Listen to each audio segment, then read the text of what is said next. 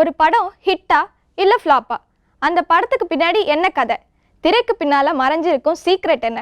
ரிவ்யூஸில் இருந்து ரகசியங்கள் வரை சினிமாவில் ஒவ்வொரு அப்டேட்டும் உங்களுக்காக கொண்டு வருவது மூவிஸ் வித் வர்ஷினி. வாங்க இன்றைய சினிமா பயணத்தை தொடங்கலாம்.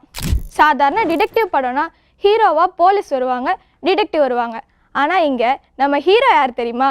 ஆடு. அப்பாவி மாதிரி இருக்க ஆடு தான் டிடெக்டிவ் மாதிரி வசி மே அப்படின்னு கிரைமை கண்டுபிடிக்குது. ஒரு கிராமத்தில் ஆடு வளர்க்குற ஷெப்பர்ட் இருக்காரு. அவருக்கு அந்த ஆடு தான் எல்லாமே.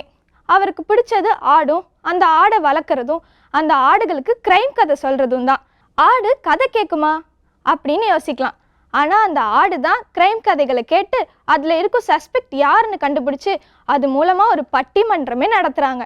அப்படி ஒரு நாள் கதை சொல்கிற ஷெப்பர்ட் செத்து கிடக்க அவரை யார் கொண்டிருப்பாங்கன்னு அந்த ஆடுங்க எல்லாம் கண்டுபிடிக்குமா?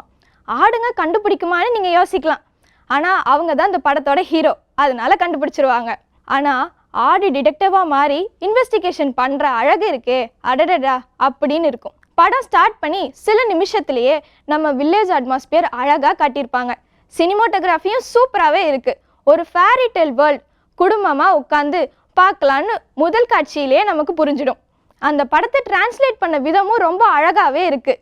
ஏனுங்க கொஞ்சம் கேளுங்க, நான் கோயம்புத்தூர் ஆளுங்க அப்படின்லாம் ஊர் லாங்குவேஜ் எடுக்காமல் எல்லாருக்கும் புரிகிற மாதிரி சிம்பிளாகவே இருக்குது. ஆடுகளோட பிஹேவியர், ரியாக்ஷன் இதெல்லாம் பார்த்தா ஆடியன்ஸ்க்கு ரொம்ப இன்ட்ரெஸ்டிங்காகவே இருக்கும். காமெடி பற்றி சொல்லணுன்னா இது ஸ்லாப்ஸ்டிக் காமெடிலாம் இல்லை, சிச்சுவேஷன் காமெடி தான். ஆடு பண்ணுற அப்பாவி செயல்களை பார்த்தா நமக்கே சிரிப்பு வரும். பேக்ரவுண்ட் மியூசிக் சைலண்ட் சீனில் கூட டென்ஷன் கிரியேட் பண்ணும். கேரக்டர்ஸ் எல்லாம் நல்லாவே எழுதியிருக்காங்க. ஹியூமன் சைட்லேயும் இன்ட்ரெஸ்டிங்கான பர்சனாலிட்டிஸ் இருக்காங்க.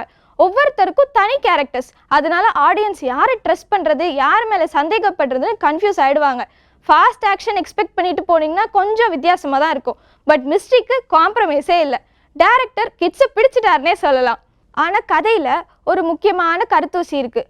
ஆடுங்க எல்லாமே சம்மர் சீசனில் தான் பிறக்குமா, ஆனால் சில ஆடுங்க மட்டும் வின்டரில் பிறக்கும். அதை வின்டர் லேம்ப் அப்படின்னு சொல்கிறாங்க. அந்த ஆடுங்களை வேற எந்த ஆட்டுக்கூட்டத்துலையும் சேர்த்துக்க மாட்டாங்க. மனுஷங்களுக்கு ஜாதி மாதிரின்னு வச்சுக்கலாம்.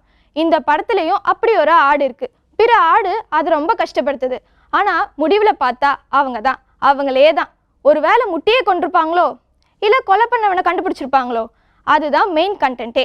நான் இந்த ஸ்டோரியை ஃபுல்லாக சொல்லி முடிக்கல, ஏன்னா படத்தில் ஃபுல்லாக கெஸ் பண்ணுறது தான். என்ட்ரி வில் பண்ணிட்டா இதில் எக்ஸைட்மெண்ட்டே போயிடும்.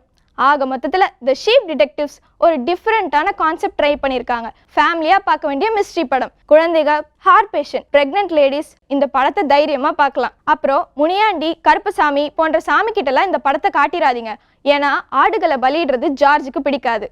இதே மாதிரி சூப்பரான மூவிஸோட நெக்ஸ்ட் நான் உங்களை சந்திக்கிறேன். Until then, this is Varshini signing off.